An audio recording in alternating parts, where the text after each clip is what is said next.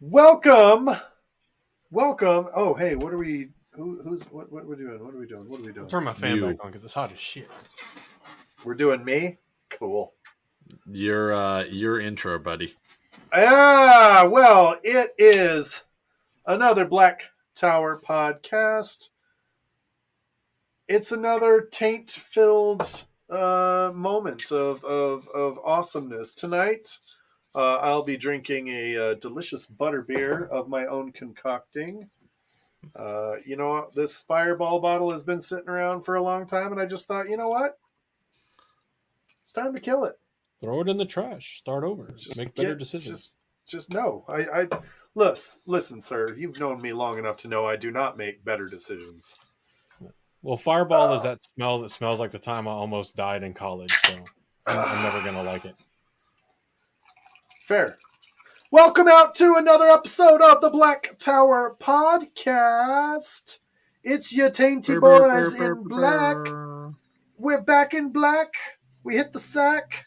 Don't you know it's good to be back? It's another Tuesday evening. And grab a snack. Yeah. I'm you know what? I'm just going to take initiative right now. I'm just going to roll credits.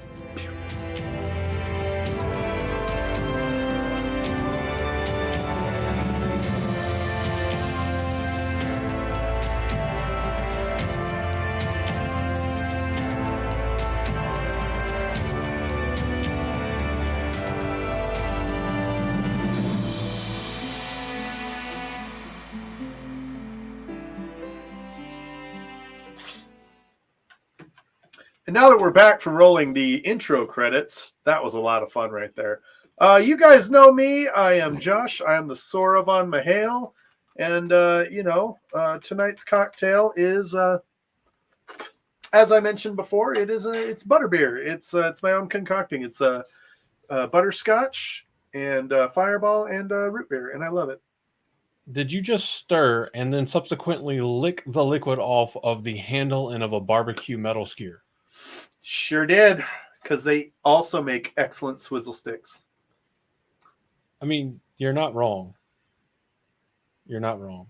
I actually bought like a bar spoon when we went to the Hilton Head Distillery. And then I subsequently never make mixed drinks, so I never use it. So anyway, I am your Bijan Mahale, Andrew, and I like to interrupt Josh's trains of thought as often as possible because it's fun. It is fun. And I am your Amin Khan Mahale Daniel, and I typically sit pretty back here watching it all unfold and being entertained.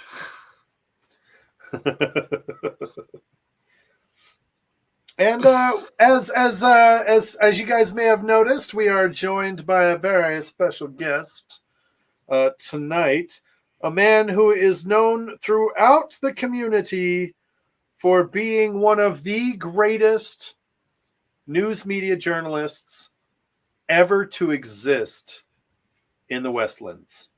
And also possibly a dark friend. Why don't you introduce yourself, sir? Tell everybody who you are. I'm Rob with the Weekly Wheel News, and I might be a dark friend. And I'm here just for can I say it? I'm here just for the Mahale of it. There he is. Can I just say, I think that needs to be a thing. We need to. No, not that. That's gross. It makes me sad. But if you are in Randland and you follow Shaitan, you might be a dark friend. Like that. We need you might be a rednext, but for dark friends. If you saw Lanfear's nudes and said, "Yeah, I'd hit that," you might be a dark friend. Yeah, so if you saw Grindal's Snapchat stories and said there is no expectation of privacy in a stasis box, you might just be an asshole. If you tricked all of the Shadow Aiel into pressing buttons on boxes with the Narbaha and then walking through portals into different areas of Randland, you might be a dark friend. Oh Not my them, not god. Barha. Nirbaha. Barha. Tell you what. I tell you what. Hell, So, clickety click. Rob, my friend, what have you got going on? What's new in the world of the possible dark friend, Rob from the Weekly Wheel News, chief editor of the Weekly Wheel News? Well, so I don't know if you guys have heard it or not, but I started a podcast with Lauren from Unraveling the Pattern and Alyssa from One Power Ballads, and we call ourselves They Might Be Dark Friends. It is an homage not only to the Wheel of Time, but also to our favorite band, They Might Be Giants. Yeah. Perfect fusion, by the way. Absolute Yes. Fantastic fusion. Love And it we so start much. out every episode with, you might be a dark friend if yada yada. But we don't have as cool of an accent as Daniel there. So Well, you got to work on your Jeff Foxworthy. That's what's up. that's I right. think also on y'all's most recent episode, at least that I can see according to Apple Music, the fifth one, your fifth episode, Yes. you had the fact checker Mahale on. That is Indeed. correct. We had more shoddy. And it's been quite a while since we did an episode. We're usually good if we get one out a month because we're all so busy. I'd like that to be I more. love that but, it's a podcast that has not including Dusty Will or John from What Up or Nay Bliss. I think maybe outside of those, of the people I've talked to about how busy y'all are, not only with your personal life, but with your content creation life, probably the three busiest people outside of not including those three. Not saying they are more or less busy, but not everybody has, a Taylor. That's busiest true. folks in Sean Chan, y'all. I'll tell you what. Cooking and Sean Chan. I will say this, at WatCon, I picked up some of the merch there. And don't tell more shoddy, but I might just not give him that set of dice that I bought. Because let me go grab one of the things I picked up because it's super dope. And we also did a map, which we're going to be auctioning off at the Wada Holiday party this year. So, for those of you who want to know, that is a very much a collaboration there between us and New Creations by Jen. Look at that. Yeah, That's a big, beautiful map right there. It's a beautiful map, a big, beautiful map. It came up to me, tears in its eyes, and said, "The proportions on me are all off." A lot of the smartest cartographers ever say it's the best map ever. And if you're famous, you can just walk up and grab it by the Shanchan. That's right. I love that joke. I gotta find several levels, and I love everything about that joke. I still got to get a frame. Yes, well, if I wanted to be more accurate to the quote, I'd say walk up and grab it by the Gawain. But no, that's duck sauce. I mean, okay. Before we get ourselves in trouble, again, in more trouble, we the roof mistress is already grounded. Be good on taste good on fried rice. You never know. So you're gonna want to go to do that. BlackTowerPod.com after those comments. After this episode, go seek therapy. No, BlackTowerPod.com. It's got links to our merch store, which one of the best merch store is New Creations by Jen. And the link is right there, top dead center. Go there, check it out. We got all the best merch in the world, scientifically proven. There is also a link to get information about the Gathering Madness. Oh, look at there. We got that there merch right there. Next is the 5th annual Gathering Madness. Yeah, close out your Pornhub tab there, Andrew. This is not incognito browser, so you can't see it. There's our latest WatCon updates, WatCon photos, Up, dudes. and then JordanCon photos as well. There's proof I was there. Yeah. For at least 2 pictures. And you weren't sick. Yeah. This is where all And of then our there's the lovely Patreon section. shout outs are. Yeah. And then if you go here, The Gathering Gathering. Madness. You can actually, if you go back to the homepage, watch this. Go back to the homepage real quick. You're going to love this.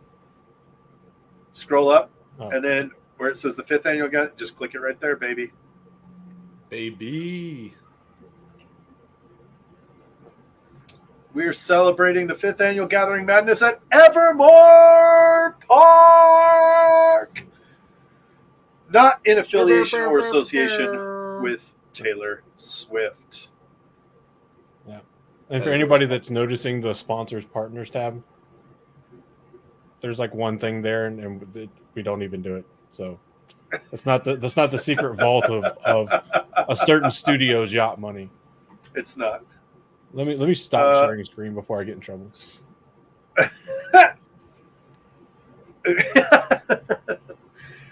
If you go there, you'll actually share the screen again. Share the screen again. Let me go back. Pull that back up. Actually, hold on. I was going to show them the room block. We got a room block if you want to stay at the hotel. Yeah, there we go. Let me pull it back up and get rid of my bookmarks bar. I don't know why, because it doesn't make a difference now, but ta-da. Oh, you got to click on the text. It's got to be the underline, just so you know. Click on the text. Yeah. Click on the text. Scroll down. So this is the schedule of events. I'm going to be updating that tonight. And then the hotel block available. If you scroll down, there's a button right below that. Book here. It will automatically put our rate in there for Friday night and Saturday night. Those are the 2 nights that we have a rate for. Of course, he's going to pull it up, and it's going to be like, rate sold out. There's no more.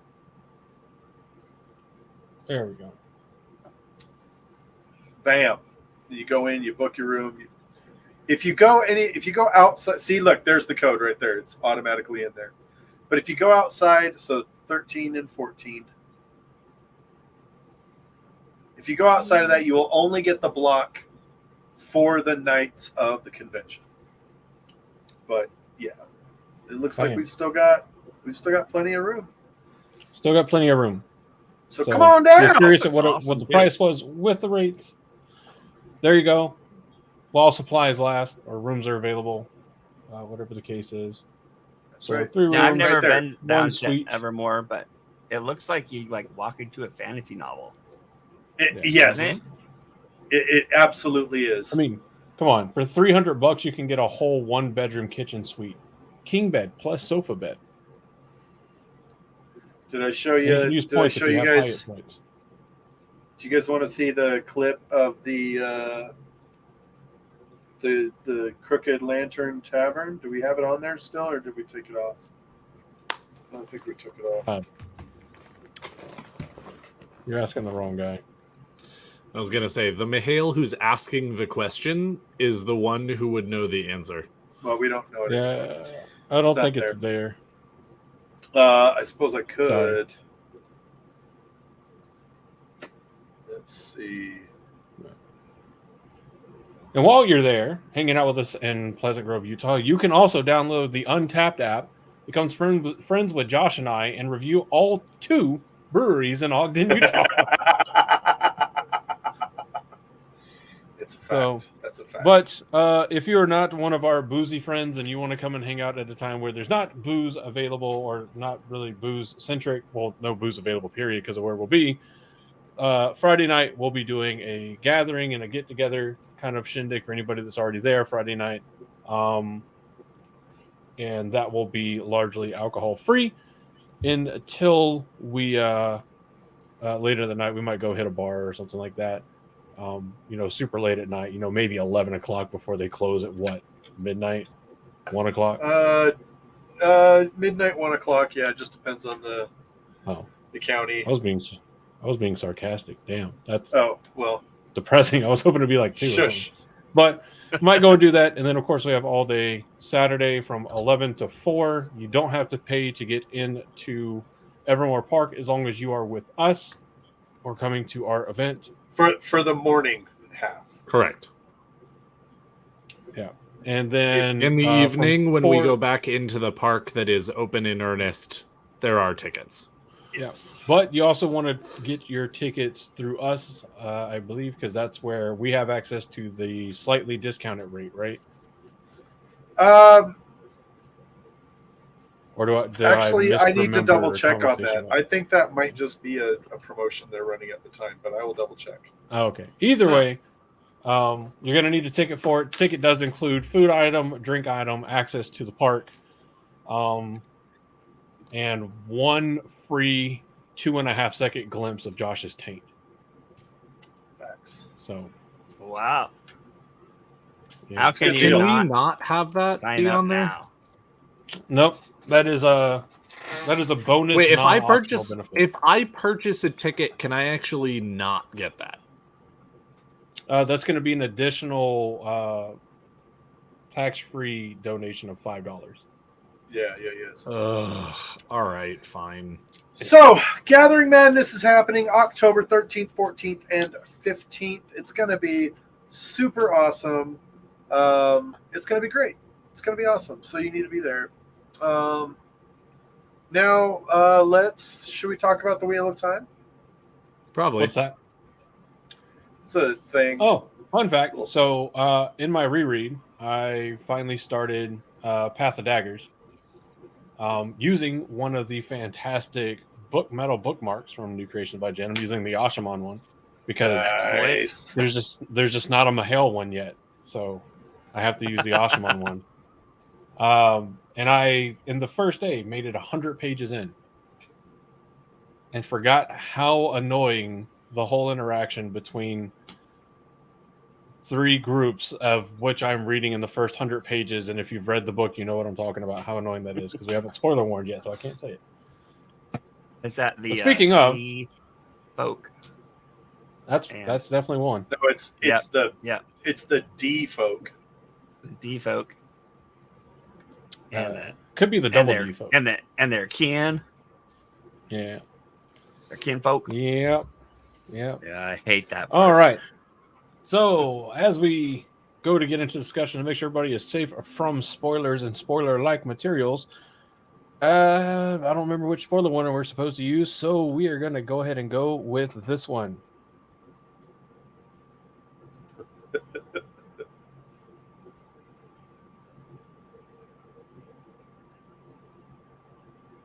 That I don't think is playing.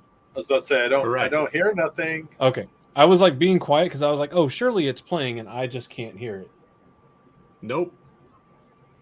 Are we live or are you editing this? We are only live in Patreon. No. We are live. We're supposed to be playing this spoiler warning. This is not him like doing. Let's pause for a minute. That was legitimate tech not working right. No. Yeah, yes. Right.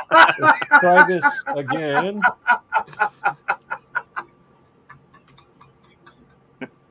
Wait, oh my god. Oh, okay, perfect. All right, I'm just going to click it. I did have the same thought for just a moment, though. Do it. Right. The following show contains spoiler for the entire Wheel of Time series. If you have not finished the series, you are at risk of being spoiled. You have been warned. What does this even mean? That's the GOAT, awesome.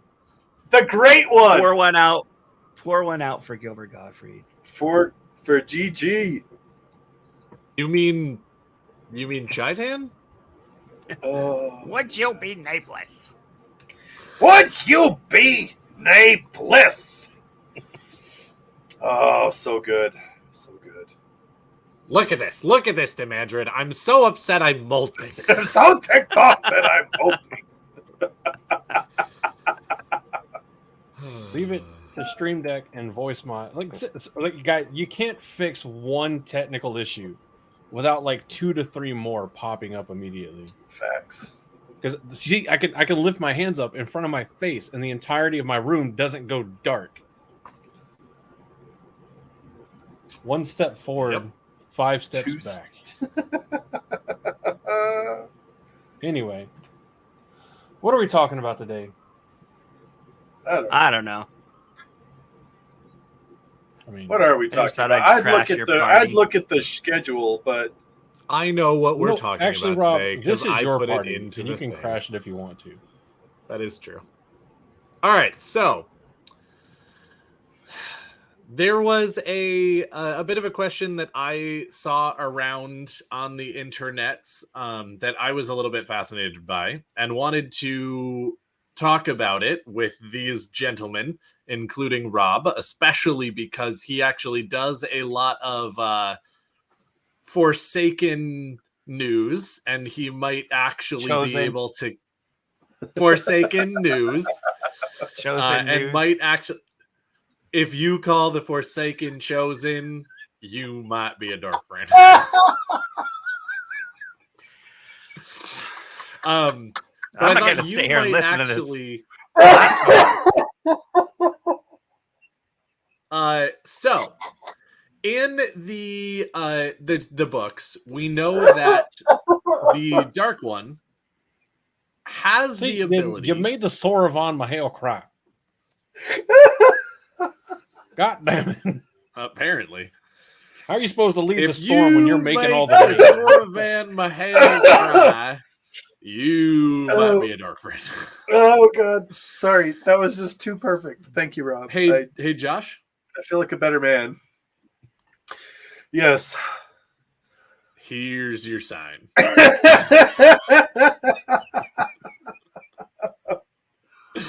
All right. So in the book series, we know that there are multiple instances of the Dark One grabbing a soul sort of from the ether and then putting it back into a new body after death so that they can be reincarnated and used again for his nefarious purposes. However, You're talking about the Forsaken Recycling Center. basically, yes. Reduce, We reuse, buy- recycle. We Wait, does buy that your mean- junk Forsaken. What does that mean that Rand and Moraine are part of this cycle, and that because they're definitely reducing the number of Forsaken, and then the Dark One is reusing them, and then where do they go to get recycled? Or maybe the Dark One is just reusing them after they're out of the prison. Whatever. Anyway, the whole point of this is the Dark One claims multiple times in the books that if Rand dies, that the Dark One can just go ahead and grab his soul and make him follow the Dark One and basically just have the dragon turned because he's dead. But it also then suggests that multiple times in the books that to actually have the Dark One have dominion over your soul, you need to swear your soul to the Dark One. So my question for everyone is, what is or what seems to be the Dark One's actual dominion over death? Does he just only choose to grab the souls of people who have sworn fealty to him? Are those actually actually requirements? Can he technically grab any soul that's died and just only chooses some? Where does Balefire fall under all of this? Is it actually like a screw up that he can't do anything? Also, the other question that's part of this is, when the Dark One is sealed away, does he have no dominion over death? And then when he's released in part, is that when he gets some dominion over death? And the other question, therefore, in some ways, is that does the creator also have the same powers and just choose to not use them? Hey, Josh. Yep, I just saw There that. We can reincarnate if you want to. We can reincarnate your mind, but your friends don't Because our friends reincarnate. don't And if they don't reincarnate, and if they don't they're reincarnate, no friends of then mine. they ain't no friends of mine. Yeah, so again, it's that sort of question of how much dominion does the Dark One actually have over death? When does it start? And what stops it? So let's go jump to our guest first. You can answer as many or as few of those questions that I just posed as they are asked. But the real question Rob to is... just be like, mm-hmm. Right, the real question is just how much dominion does the Dark One actually have over death? And when does it start, and what stops it? Are you saying that in episode 168, when Captain Kirk did the thing, so we're going like full theology degree here, huh? When the reverse phase flux conduits were polarized and had to be... Star Trek is a terrible example for these kinds of questions because the answer is different every episode. Well, this is so it's the Wheel of Time, because if you would have asked Robert Jordan this, he would give you a different answer every book signing, and he would laugh at you. True. That's fair. But I would so my take is that we also have to remember that, like, you know, he's the father of lies, right? So he's going to say stuff that isn't true. I think that we see in the first Well, who book, calls him the father of lies, though? Well, the people do. Right? Yeah, see, unreliable narrator. So maybe he's actually the father of truth, and people are just lying about the. See, this is where it gets so hairy. Sorry, go ahead, Rob. You're right. You're absolutely right. I'm just being fun. Okay, so at the end of the first book, then when he's claiming to be the Lord of the Grave, then he supposedly resurrects Kari Thor to you know, tempt Rand, right? But but I believe that that's proven to be false, that was not really her. Right. I'm not sure, but I think that, you know, he tries to play that part. I think that in reality, unless somebody is sworn to the shadow, then he doesn't have any control over their souls, because so the dragon is not a hero of the Horn, right? Okay, so sidetrack here. Sidebar, the dragon is not a hero of the Horn because he's not in Teleran waiting to be reborn. I don't think that's a new question. That, we'll do that on another episode. Let's stick a pin in that's that. A good question. Yeah. But I believe that for the purpose of this discussion, let's assume no. Yeah, I believe that Robert Jordan had said in an interview that the dragon was not bound to the Horn. I think the champion was separate not. from my the new heroes. question was, would that be possible? And we will deal with that in another episode. He's not summoned when the horn is blown. He has to be reborn, as a new person, supposedly. That's pretty much how I get woken up. Heyo. So, I think that if he was not bound, if he's not bound to the Horn, and the Great Lord of the Dark is the ruler over, see what I did there, over the grave, then he would be able to pull the dragon out whenever he wanted, and have him be an evil guy. Maybe he still gives him free will, because the whole thing is Shaitan is the author of the free will, which we see later on. So I don't think he would force him to be in the shadow. He would definitely tempt him to be in the shadow. But if the Dark One's not responsible for the dragon being spun out whenever he needs to be, then he wouldn't technically be a Lord of the Grave, because if you could summon anybody at any time, why wouldn't you call up the most powerful card in your Magic deck, and throw that guy out if you could?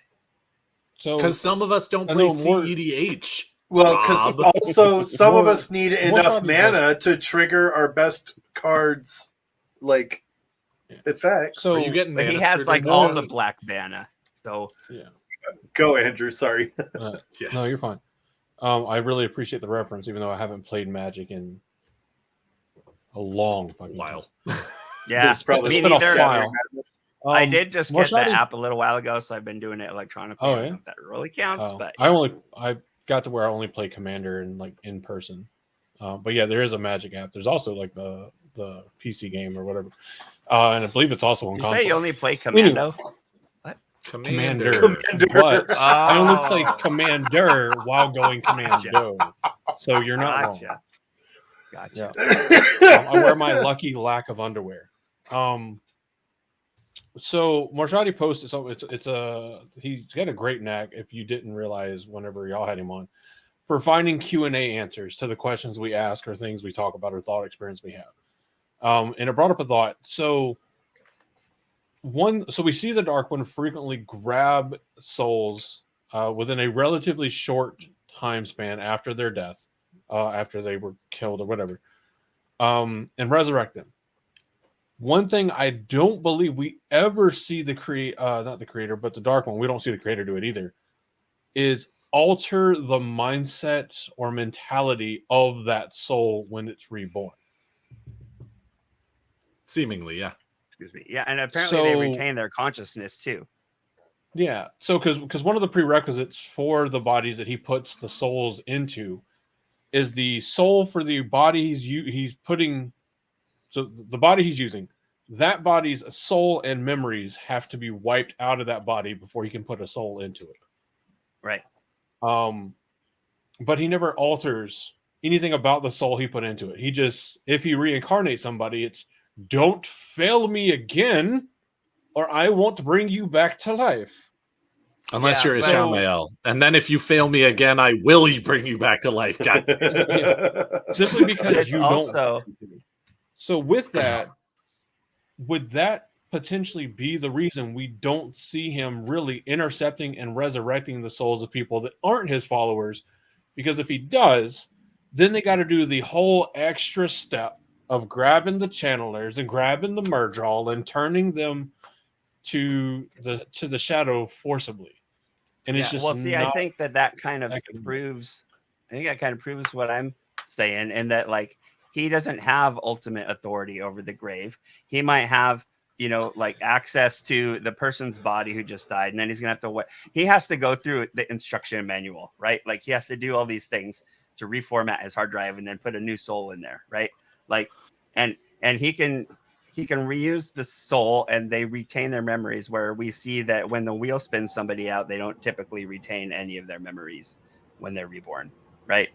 And then added to that the Dark One's not technically resurrecting, because he's only reusing what's already there. He didn't create the soul. He didn't create the body.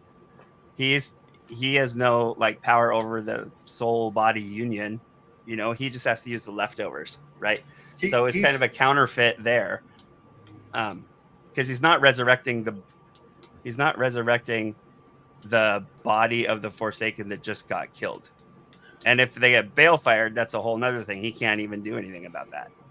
So he's having to play by the unless rules. it was a very small amount of balefire. he He's can. having- It's just difficult. Yeah. If it's like a he's having to super, play like by- the tiniest bit of balefire, then there's a good chance Yeah. he can.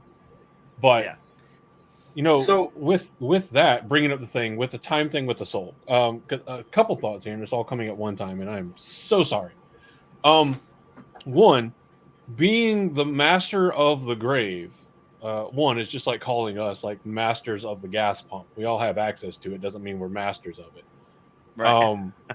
But master of the grave or master of death is very different than master of the soul.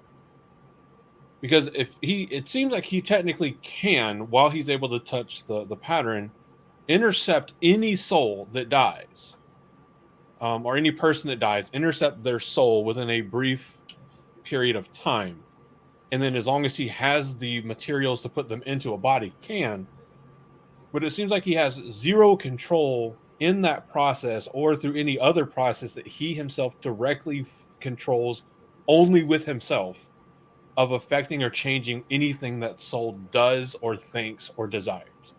Like he doesn't resurrect Ishmael into Morden's body and suddenly Ishi's like, actually, yeah, no, I want to live forever. This is great. Let's keep going. Right. Like Ishi is still Ishi. Yeah. Lanfear is still Lanfear, even whenever she gets into it. Everybody is still the same original being with the same original motives, same original thoughts, all of this, just a lot more scared because I think like over half of them that gets kind of this intercept reincarnated, is whatever you want to call it, are told this is the last time, except for Morden, because he would be like, oh, finally, fucking fantastic, but Yeah. And then he'd just go off himself, Well- and then we'd be done. yeah, So, okay, so you had said that he can intercept like any soul, and I think that in the books Mhm. we only see him do that with the Forsaken, right? Like, I don't think that we see him do that with, Mhm.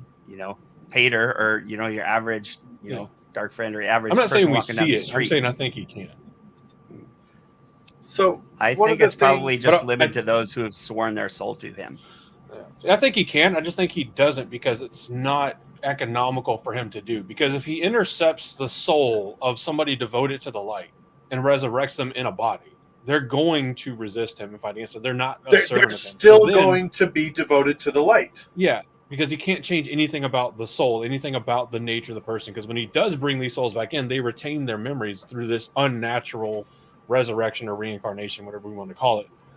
So he would have to do the extra step of either breaking the will of this soul that that I'm sure he feels, because they're all super fucking arrogant, that they don't actually need, or have the whole like turning ceremony done, which I think is the only reason why, because the only person we ever really see him kind of threaten with it, or that gets threatened with this kind of, we will kill you, bring your soul back, and force you to fight for us, is the dragon.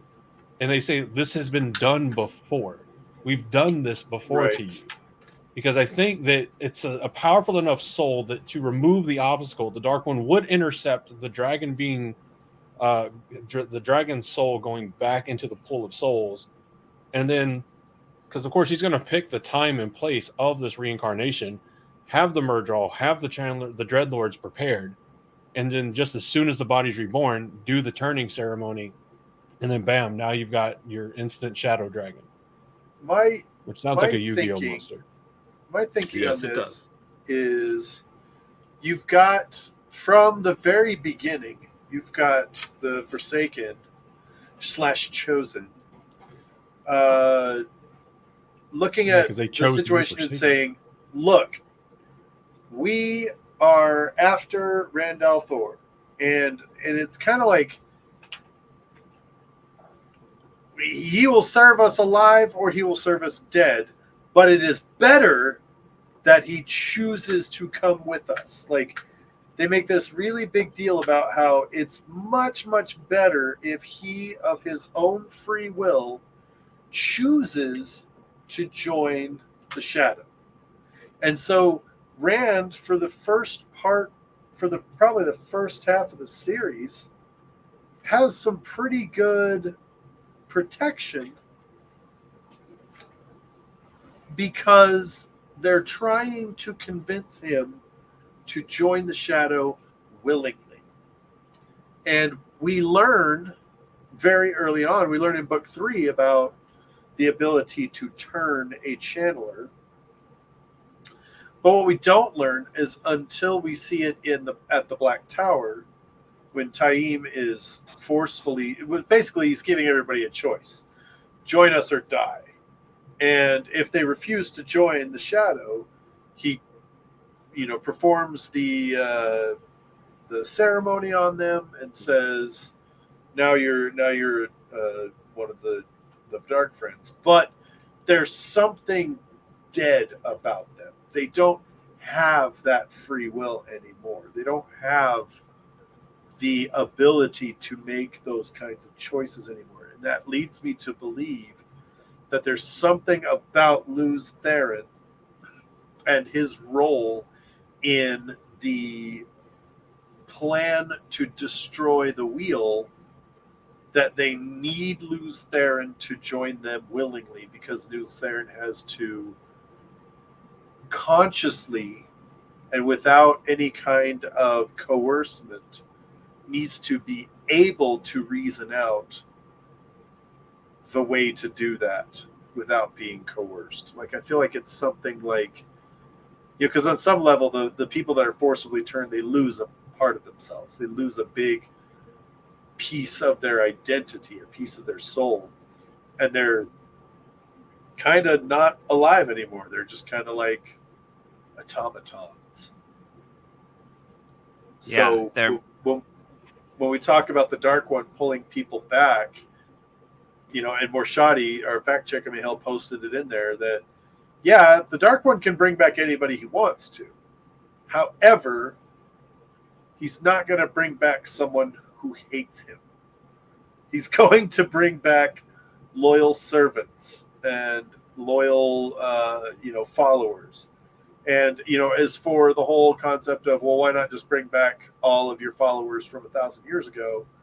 The longer they're dead, the more difficult it is for the Dark One to take that soul and pour it into a new vessel. So, new question then, or really part of this whole question. Why would the Dark One not just do that over and over and over again until... Like, again, as Rob said, why do you not grab some of your best cards in your deck and do that for them until you don't need to anymore? Because, again, it's 3,000 years after the breaking. I get that. I'm down. I understand that that's a lot of generations of needing to go ahead and grab souls and shove them into bodies. So, yeah, you don't necessarily have the ability and or the resources, because you have to use what's there to a certain extent. To bring back your best followers over and over again, lifetime after lifetime. But is that not worth it for a few people? Well, keeping in mind, the boar was sealed, and the souls of his top 13 people were sealed with it. Right? So maybe he did bring top is a strong back. word, but continue. I mean, no. Well, it's also sealed maybe imperfectly. Maybe the imperfect seal on the boar made it more difficult to do that. Dark One didn't really also have the see, ability like, to do that. And I always thought it was kind of funny that, like, so the seal is imperfect, right? Like, the Ishmael's, he gets out. Like, I don't know. Does he have an egg timer or something that says, like, ding, you can get out now for a little bit, and then suddenly you get pulled back in? Like, what does it look like when he gets, like, rebound again? And then, like, I mean, you can't take anything that he says as gospel truth, right? Because he's the father of lies, they say. But, like, he tells, Rand's like, you're bound in Shale Ghul. And he's like, fool, I've never been bound, and he goes off on his monologue about, doing this and doing that, tempting Hawkwing and sending him off across the ocean and all that kind of stuff. And so if the seal's not really that reliable, he didn't quite get everybody in the net. Who's to say that,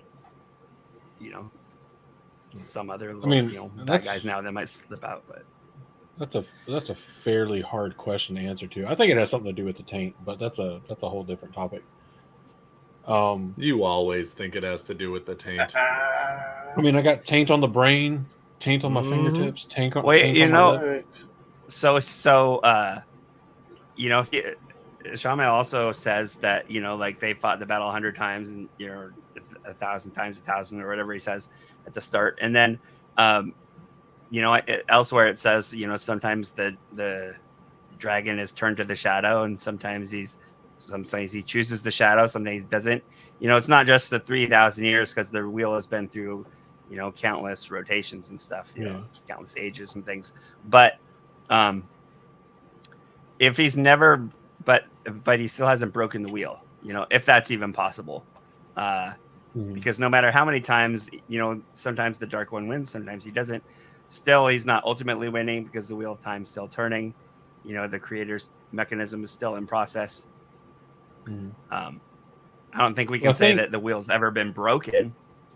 Yeah, and that's why I think, because we've talked about it too, and I think we came to the conclusion that even in the worlds that that Rand sees, like the one that he's in with Loyal and what's his name, Huron, and Sexy Celine, yeah. All right. That even then, it's not a world where Team the hair. Dark One. It's not. It's not a world where the Dark One won, but it's a world where they fought to a draw. Because like in the same way that the Dark One, the creator only has to win once. Like the dragon only has to perfectly seal the Dark One away once. I think it would be the same for the Dark One. The Dark One only has to actually fully win once. Because if all of creation is spun out from the wheel of time, and this is what makes the age lace, then destroying the wheel one time, doesn't matter which world you do it in, destroys the wheel in all timelines and destroys the entire age lace. Just like if you seal the Dark One away in a space outside of space-time, then he's sealed away from space-time in all worlds as well. Just time moves differently in all the different worlds.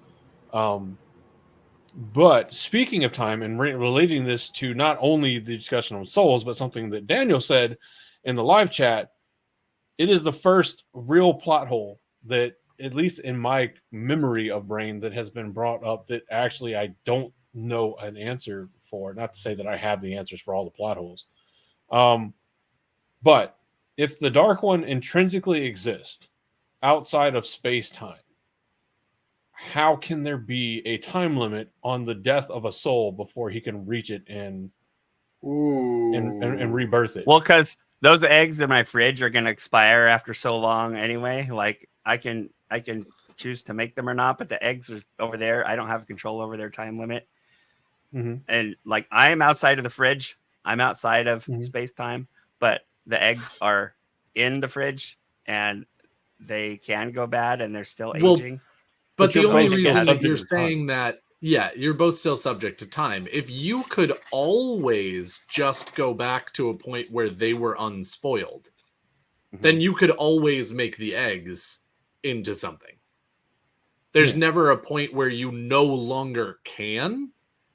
Like, again, if you sort of look at it simultaneously, there's no point where you can and also no point where you cannot.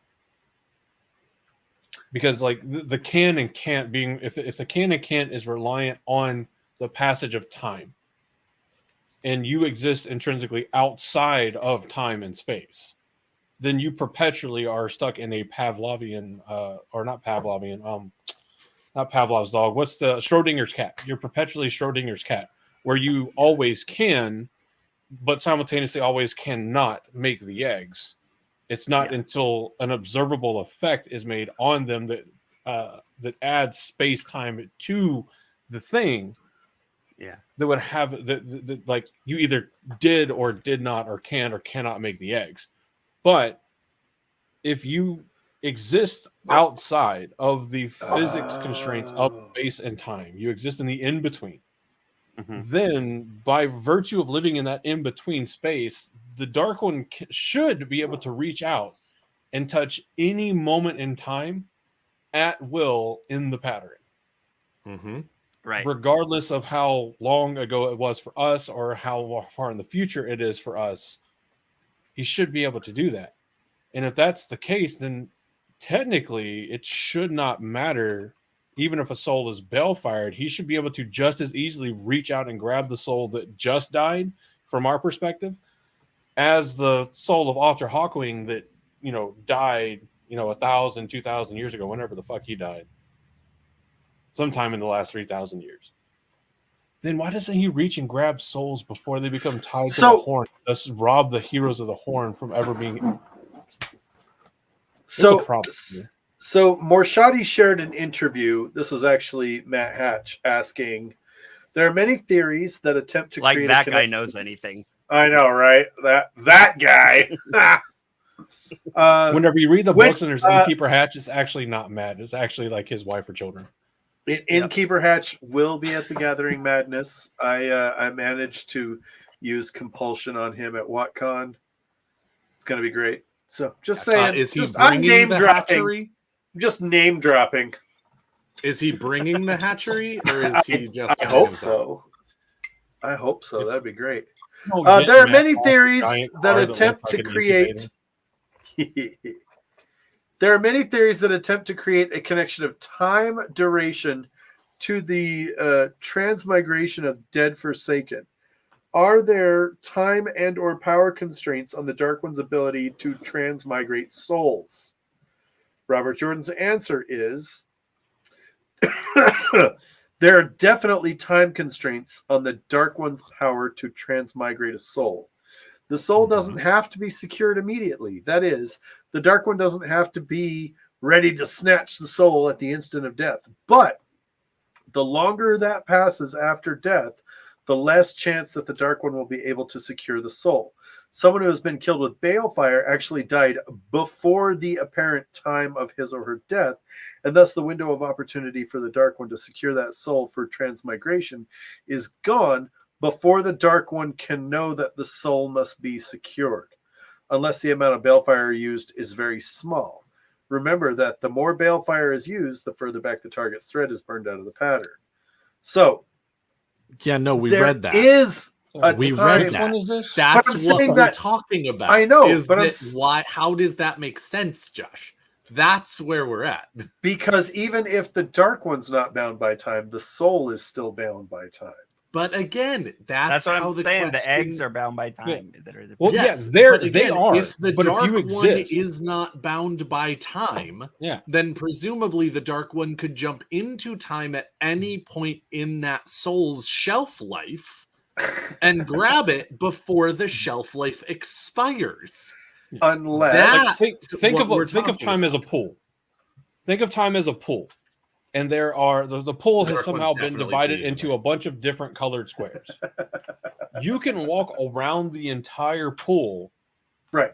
and pick where you hop in. So you can hop in on the red square, you can hop in on the blue square, you can hop in on the purple square. And until you hop into that, you're not in the pool. Right. So You're in the TARDIS.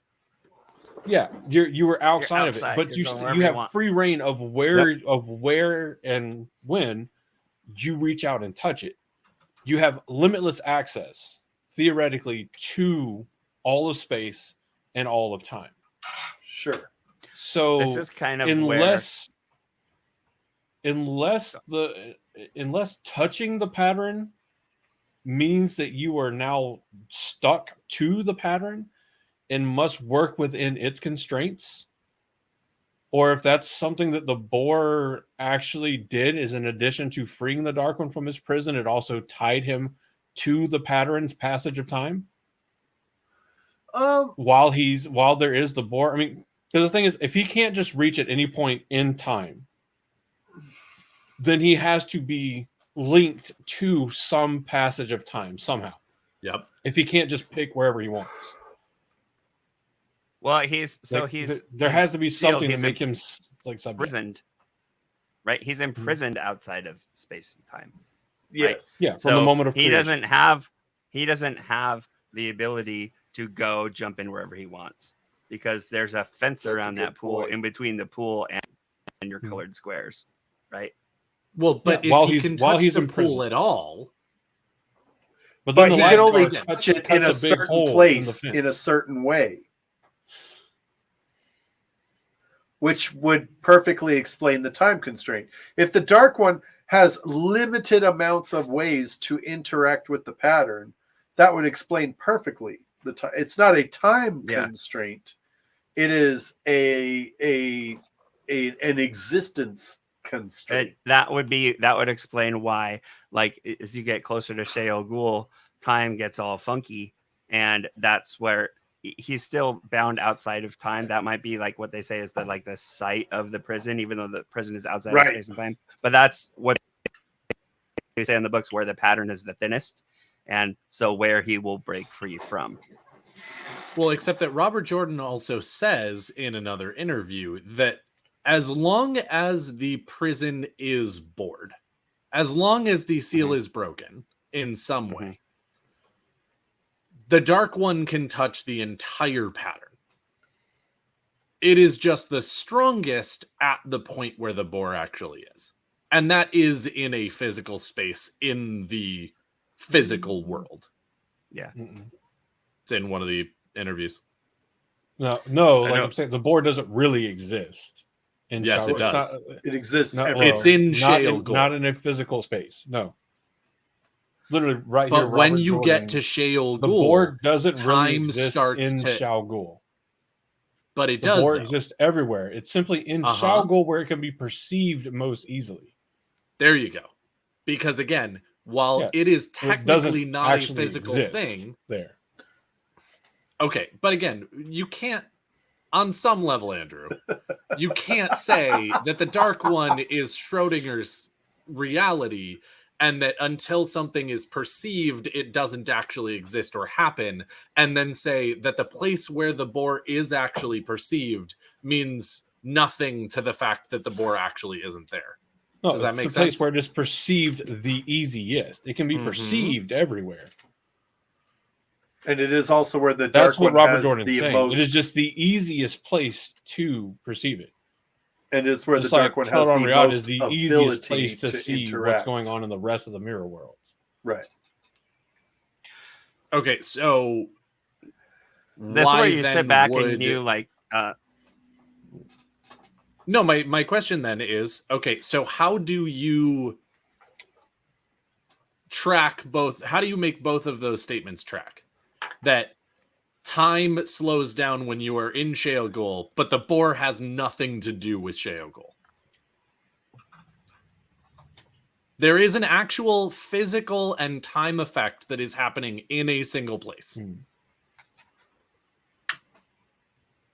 But yet, there doesn't need to be? Like, why would that be true? That is a good question. Okay, and I'm that's sure sort if of what I I'm wanted to talking think more, about. Well, the thing that doesn't mean that you're right. Because the thing is what Robert Jordan is trying to say here is that the boar isn't tied to a physical place. Right. It's not. Like if you drill it's a almost hole like into something that exists intrinsically outside of space time, then it cannot be tied to a physical place only. Well, you got to put your drill in somewhere, don't you? Can't. Yeah, but it's more of an ethereal That's the drill, thing. though. It's not a physical drill. That's the thing, But it though. was a that physical drill. assumes that it ascribes to the rules of physics. And when you're Correct. talking about drilling Thank into you. an area that intrinsically exists outside of physics. But our world does work with physics, and that's the problem, is that if our world works with physics, and you're dealing with a thing that doesn't work with physics, now you have absolutely no ability to define what that is any way. Because again, while you can say... Yeah, I agree. Okay, well, so you cannot say it is tied to a physical location. Oh. Because it cannot be described by the laws of physics. You know what? It's almost like he's like making it up as he wrote it. It can't both be a slave to physics and not. It can't. Not to throw water on your parade, but you guys realize this is a fictional book, right?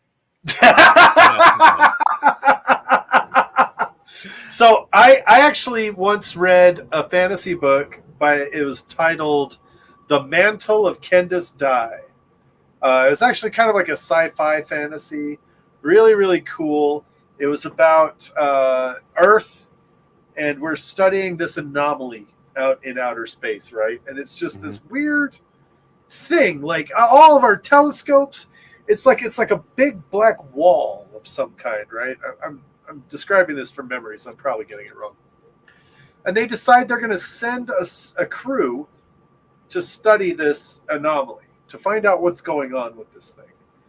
And as the crew crosses this anomaly,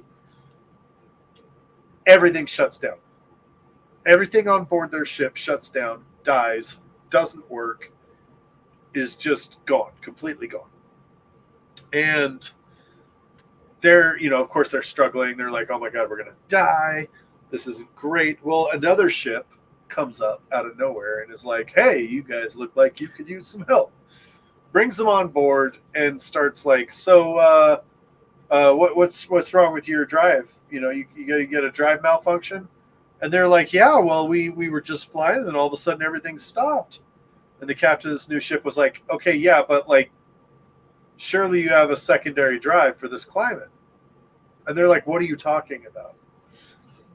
And what they find is that the laws of physics in this particular universe are weather patterns. We live in the state of the laws of physics that's sunny outside. But if you go that direction 100 light years, all of a sudden it's rainy outside.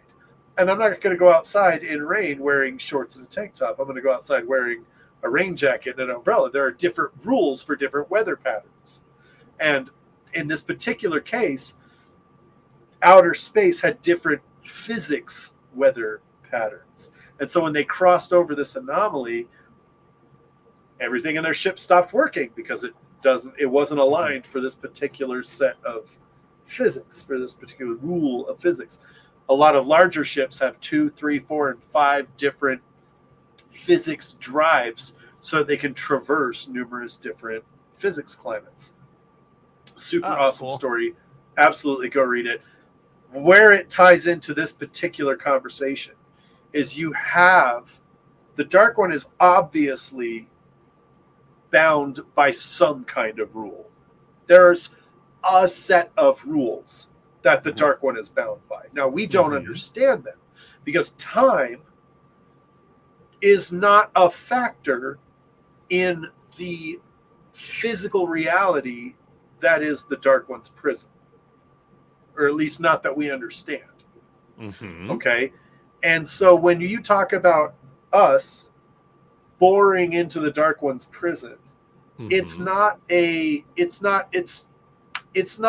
oil derrick in on a mountainside somewhere. Now, Daniel, you are correct. There is a physical site where they performed the weave to try and gain access to the Dark One. Well, they didn't know it was the Dark One at the time. But there, so as a result, that area is more closely interactive with the other side of that weather pattern, of that physics pattern.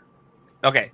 That brings up an interesting thing that go ahead. If you look at it, right, like the location of the Kolamdan where they drilled the bore is not Shale Ghul. Those are two totally different locations. And so correct. You would expect it to be like the same place if that's where like the physical bore was made, but it wasn't. Like it was two totally different locations. So I might have somewhat of an answer for us, or something that might. So before you go into this, I do want to just throw out there, and I do want to hear this answer. I absolutely do. I absolutely want to hear what you've found and what you've got to say. But it is also, I think it's telling that, again, this is something that actually gets talked about with God and things a lot in our actual universe and our actual world, which is, well, how do you explain these things that are true about God? And you're like, I can't. Right. Just because I'm trying, and just because I can see the effects of it, and I'm describing it in a way that the effects exist, does not mean I'm actually trying to tell you how God works. Because I don't know. But that doesn't mean that no theory about God, that doesn't mean that no law of physics applies to God. That does not mean that nothing that humans can understand can at least communicate in physical and human words what God is like. It just means that we don't actually have the right answer in some ways. Yeah. Like it could be an infinite number of things because our human brains aren't actually capable of understanding what things would be like outside of our realm of physics and whatnot to a certain degree. I've heard and so again, that doesn't mean that you can't use words to describe what's happening. And even if that thing isn't really 100% what's happening, it's not what's happening, if that makes sense. Yeah. Fair. So what I should have said when I disputed the board is it is both yes and no there. Thank you. Okay. Yeah. So thank you for that. And I that do was what I apologize was for kind not of being trying to get at. clearer. But yeah, so it is and is not there. And this is also a good cautionary tale to not take singular instances, even from the author of the medium, as the God's honest truth, because in this interview from April 2003, with a question from Mort that Robert Jordan answered, Robert Jordan says, once the soul's bellfired, that's it. They're gone. They're no longer the pattern. They're just gone. And we know that that's not how it works. It's not the perma death of the soul. They just can't be resurrected by the Dark One, because Robert Jordan confirmed that later on, and Brandon Sanderson echoed it. It's been confirmed by Maria and everybody else.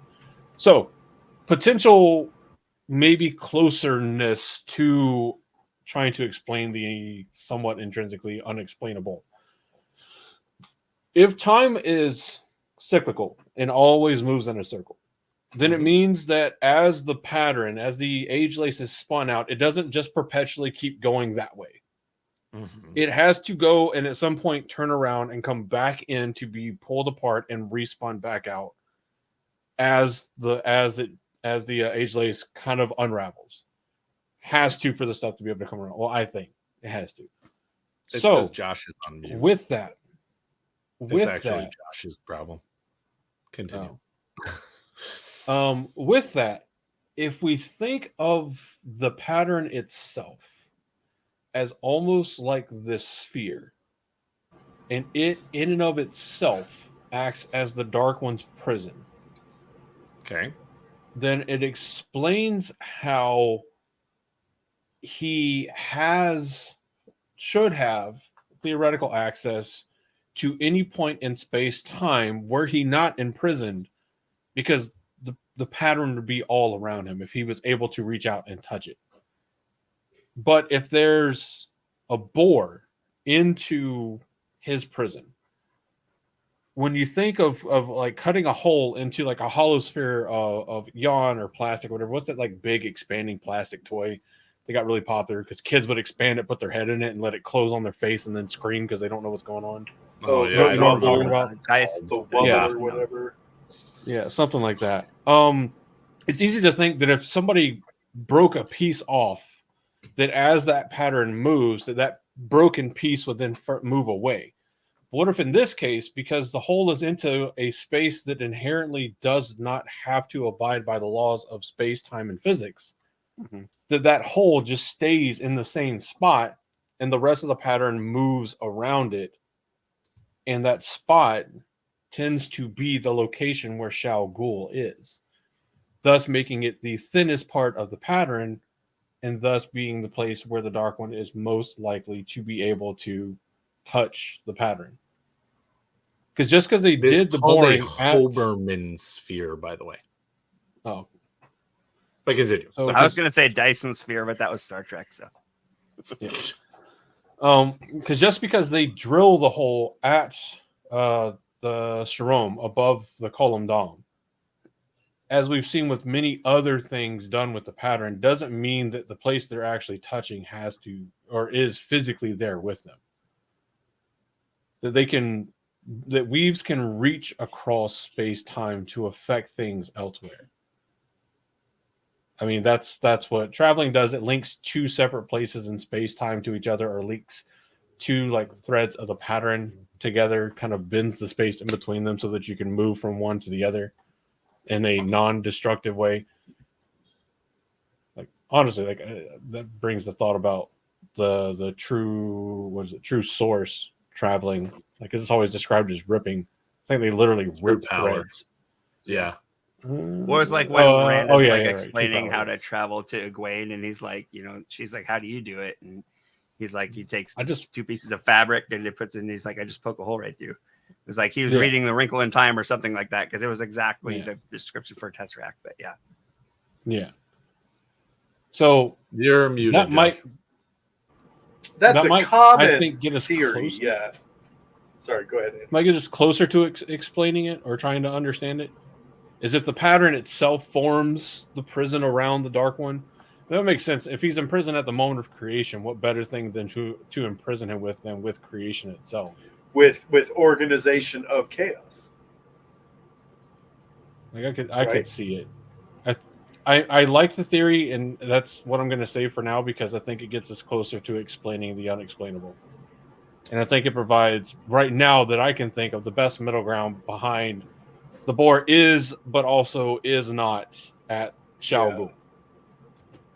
Like I think it's just like this ethereal kind of like almost black hole that just floats in this specific, for lack of a better phrase, space, but isn't constricted to move by the rules of space time that's in the pattern.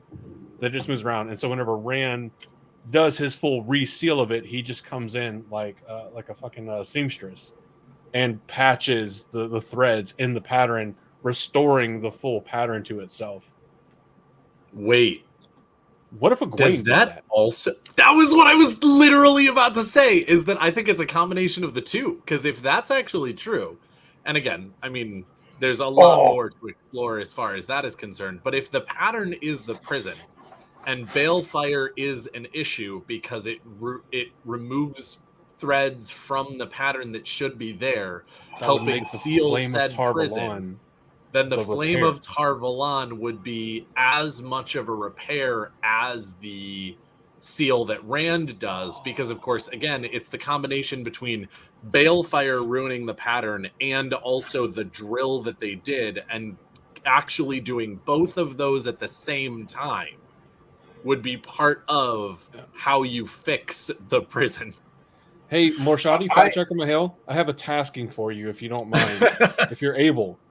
So, with the time dilation with Rand's fight at Shao versus the crystallization becoming the ultimate cleanser of Chi Crystal herself, what is there and what is the difference in time between a Egwene's sacrifice with the Flame of Tar-Valon weave to repair the damage Balefire done to the pattern, and the moment in time where Rand completely patches the seal in the Dark One's prison?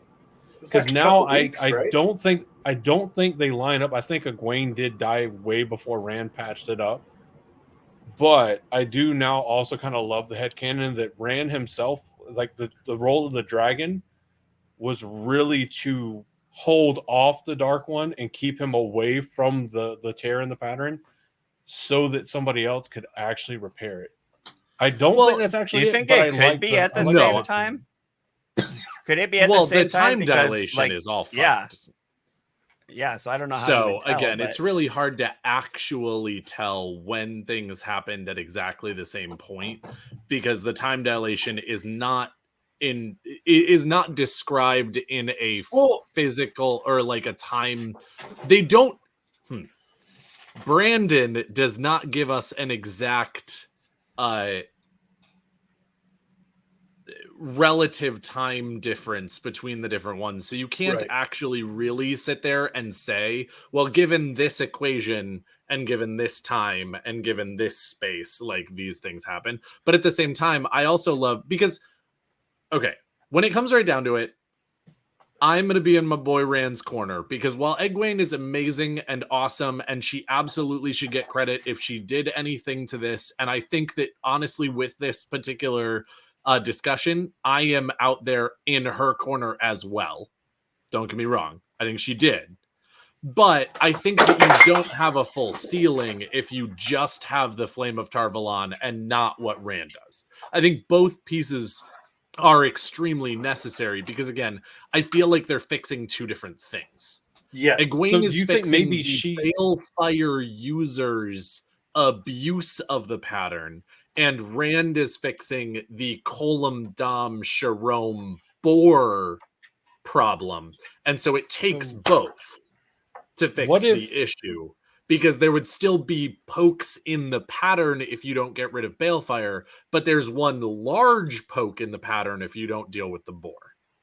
So when you're trying to join two pieces of ropes, like nylon rope, stuff that can be melted, which still isn't a great amalgamation because you can't ever restore a cut rope to its original state by putting it back together, by pushing the ends together.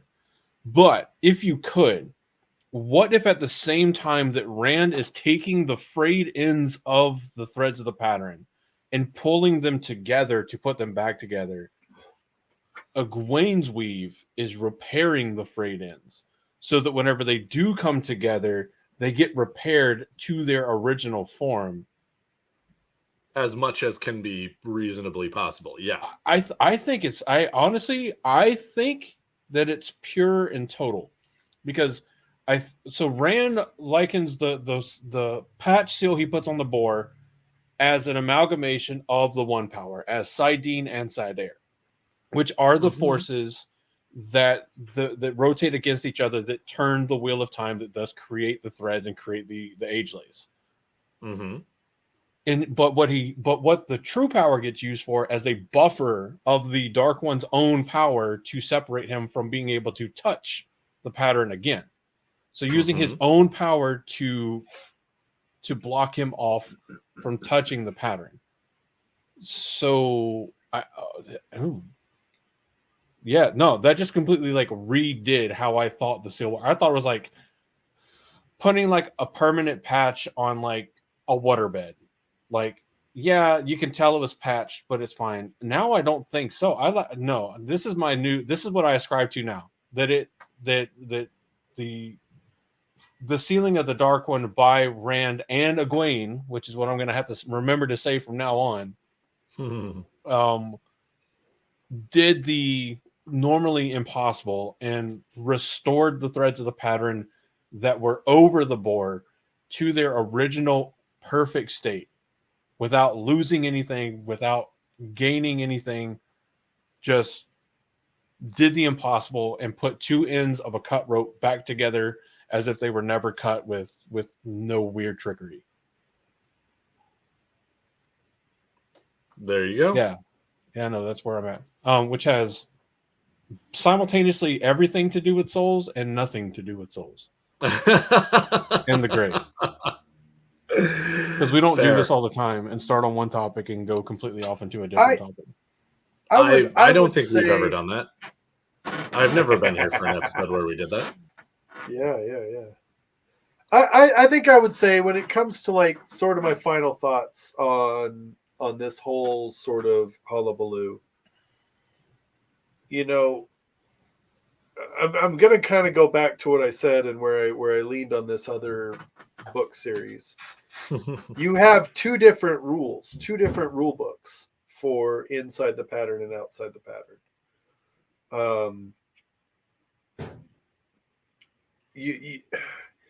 Maybe some of the issue, maybe some of the difficulty in finding definition in some of these interactions is, as we said in the pre-show as well. And if you want to tune in for the pre-show, you got to be a patron.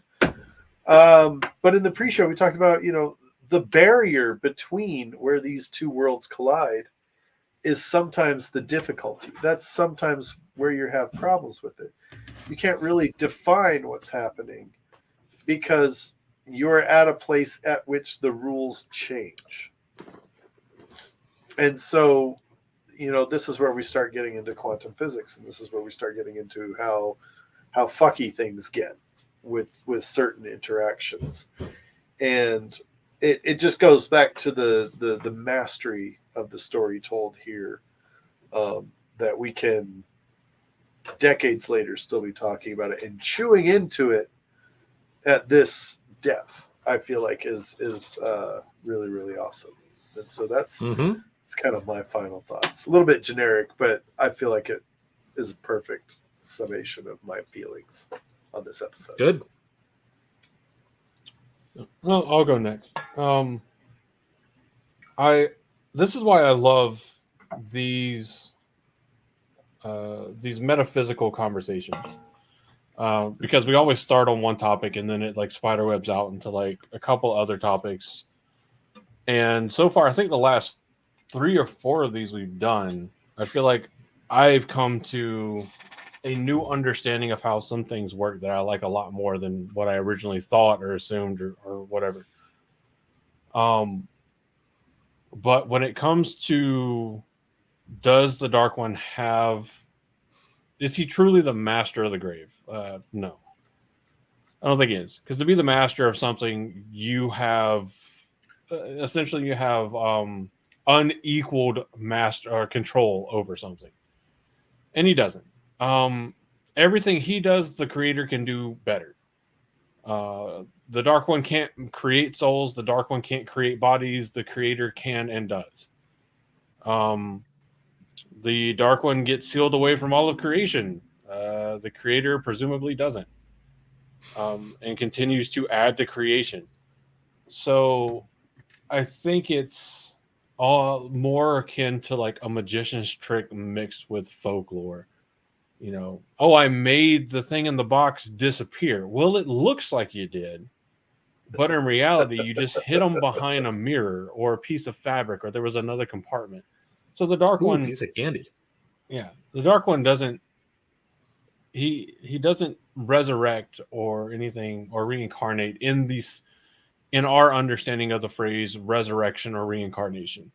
And he takes one piece here, mixes it with one piece there, that just happens in a way that it happens to fit together, and calls it, I can grant you immortality or whatever the case. You'll never die as long as you're tied to me, which, spoiler alert, turns out to not be fucking true. Anyway, Father of lies. and if he was truly the master of the grave, then it would be true. And I think if he was also master of the grave, that would have to come with being like master of souls, or being able to at least change souls so that you could take every person that was like, I'm here for the light, and just like give them rebirth into like, I'm here for the shadow. But yeah, no, that's my final thought. I dig it. Rob, after hearing us go a little nuts about this for a little while and joining in to a certain degree, what do you think? How are you doing over there? What are your final thoughts on all of this? I think that my eyes have been opened as far as like the ending of like Egwene's role in that and stuff. That was really cool. Like I'm glad that we kind of went through that. I think that my initial take on the fact that he's not necessarily the Lord of the Grave, like he's not all powerful when it comes to that, still stands. But yeah, I always, yeah, sure, I'll dive into these, like metaphysical, theological discussions and stuff like that. And do have to laugh because like, we can all get so heated, including myself. And to say, and during that, then we forget like that, it's a fictional story and he's right now because we start. No, it's not. Like it's How all dare true. you? And These are our histories, Rob. I just think that's fun. So, and our futures, our myths and our legends. And, but that's where I see, Robert Jordan's mastery of things, because he takes all these different mythologies and stories and beliefs that we have and just throws them in a blender. And, like we can see, things here and things there. And, in the end, when it comes to like, diving deep into the metaphysics and stuff, it's too bad that Robert Jordan passed away because, we love to be able to ask him these things, and, and it's great that we have Theoryland and resources like that where the interviews are cataloged or we can go back and, see what he had to say. But at the end of the day, I think like he was one of the master trolls. It was just, he would see, people go down these rabbit trails and he would just laugh because, like he would see people get so obsessed about it, but it was also like their love for his creation. And I think that's just awesome. So in the end, it might be like I've heard it said, like trying to explain quantum physics to an ant, but like it's sometimes fun to be an ant and have our limited perspective. So Love it. Thanks for bringing me along for the ride. Happy you're here, man. Indeed. What about you, Daniel? Well, I will make my my final thoughts quick. I I love these metaphysics discussions. They're great. And as stated, I always love when we pull things out of thin air that are just like, hey, brain made connection in discussion, and now I'm saying it out loud, and fuck. Like, so I continue to hope that we keep these going to a certain extent, even if we don't ever actually really answer the question that we were trying to answer, or if we never really get to like some podcast centric agreement or whatever the case may be. I still think they're great because they give you a lot more to think about, and your brain may be the one making that connection this episode, and someone else's brain may be the one making the connection the next episode, and so on and so forth. As for the Lord of the Grave, yeah, I completely agree that Rob's got it right on the head. The Dark One just lies a lot. And while, again, it's an unreliable narrator that gives us that he's called the father of lies, I'm pretty sure he's absolutely the kind of guy who would just be like, yes, Fake it till you call make it. me the father of lies, because lies are so much fun. Like, The fish was this big. Yeah, right. That's exactly. Right. That's right. And so, yep, I think that he definitely plays on his ability to do things a lot more to make things seem more hopeless so that he can win easier. And it has varying degrees of success. So, Yeah, there you go. Oh Anyway, my gosh. Well, as we round this out, Rob, if you would remind everybody of all the incredible things you do and where all these incredible things can be found, please. Okay, so you can find the Weekly Wheel News at the best way to find it, because Wherever you get your there's news. no dedicated website, is linktree.com/Weekly Wheel News. So linktr.ee, I believe, .com/Weekly Wheel News, and there you'll be able to find, the archive of them on the Great Blight. You'll be able to see that I haven't done one in over a month, and I'm slacking. I should never have put weekly in the title because set myself up there. And then like I said, you can check out our podcast, They Might Be Dark Friends, anywhere where you listen to podcasts. Just do a search for it and you'll find us. And go to New Creations by Jen to see all the stuff that we make for our wonderful content creators that partner with us, such as the Black Tower Podcast, Mug Flex. Yeah! And I need a new I one. left mine in the freezer. I should have brought it. Mine's all worn out. I need a new one. yeah, and I will take this chance to show off the new design that I just came up with. This is our new Dark Friendly Daycare and petting zoo. So that's up on the site now. You can order it. I'm about to tweet out a link if I can get it short enough. And so I love it so much. Also, I much. just want to throw out there, just because I thought of it, it has nothing to do with New Creations by Jen, so sorry about that. But I actually got a new glass straw because I lost mine at WatCon, and I got it engraved. Almond yeah. Con. Oh, you got power rot. Yep, Power I have a rot power rot straw. Can't be broken, That's but awesome. it can be lost. Heyo! No, it can be As we broken round too. this out, I do want to take this opportunity to remind everybody, guys, we talk about the Wheel of Time, and we have talked about the Wheel of Time for 5+ years, however long, whatever it is, because we love the series, and it's our love of the series that brought us together. And that same love of the series, as Rob mentioned earlier, leads us into very passionate discussions.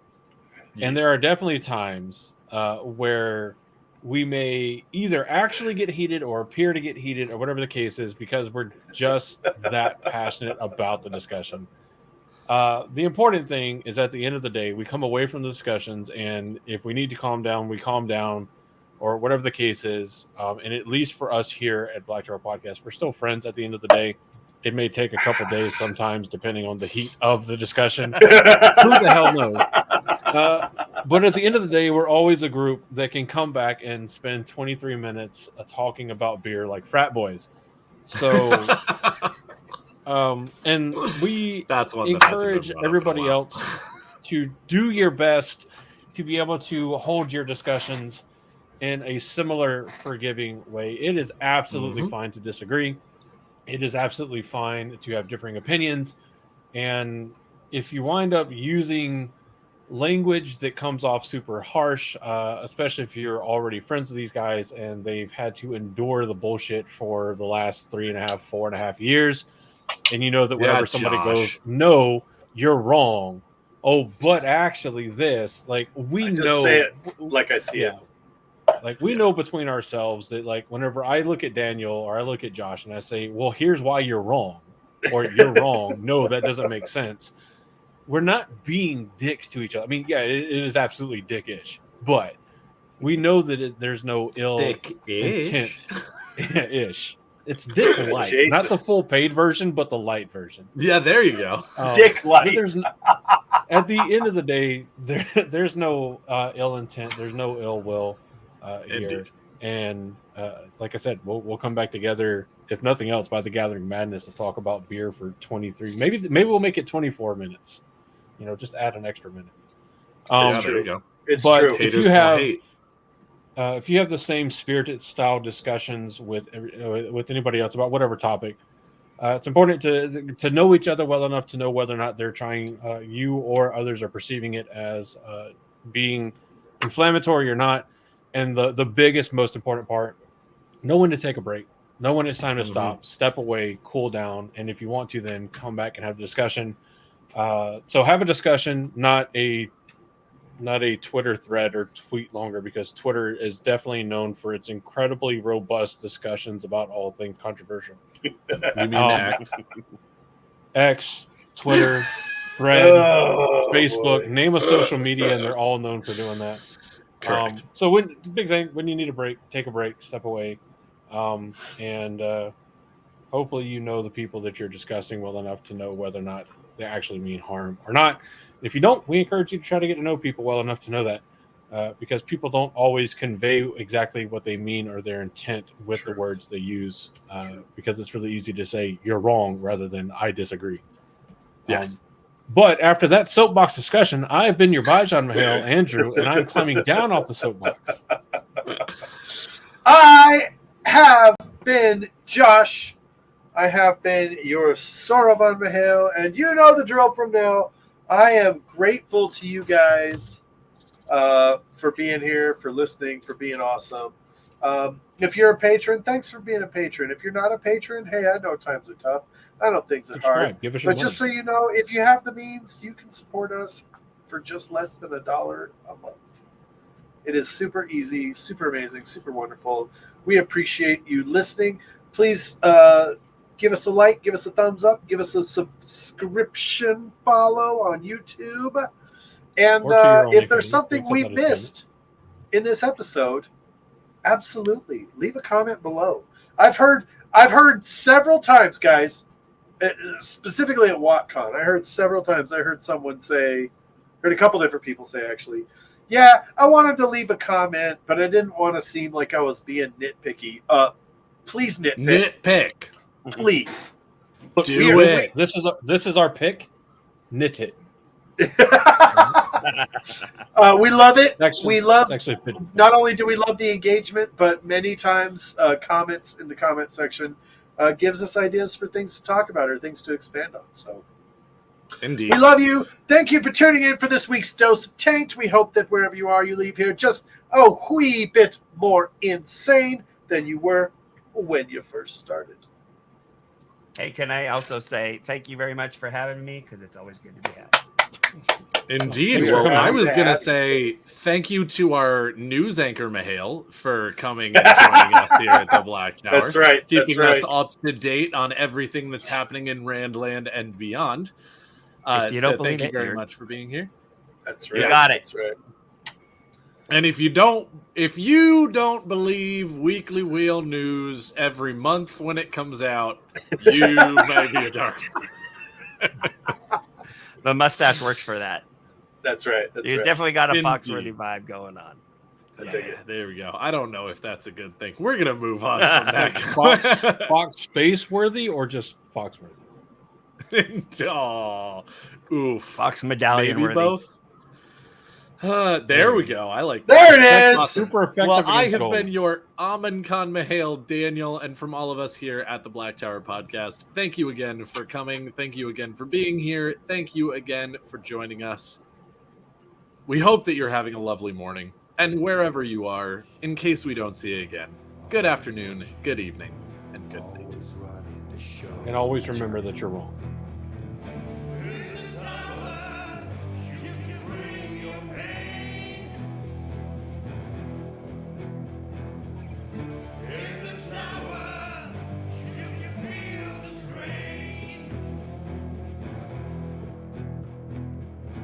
You've been having so much trouble just fitting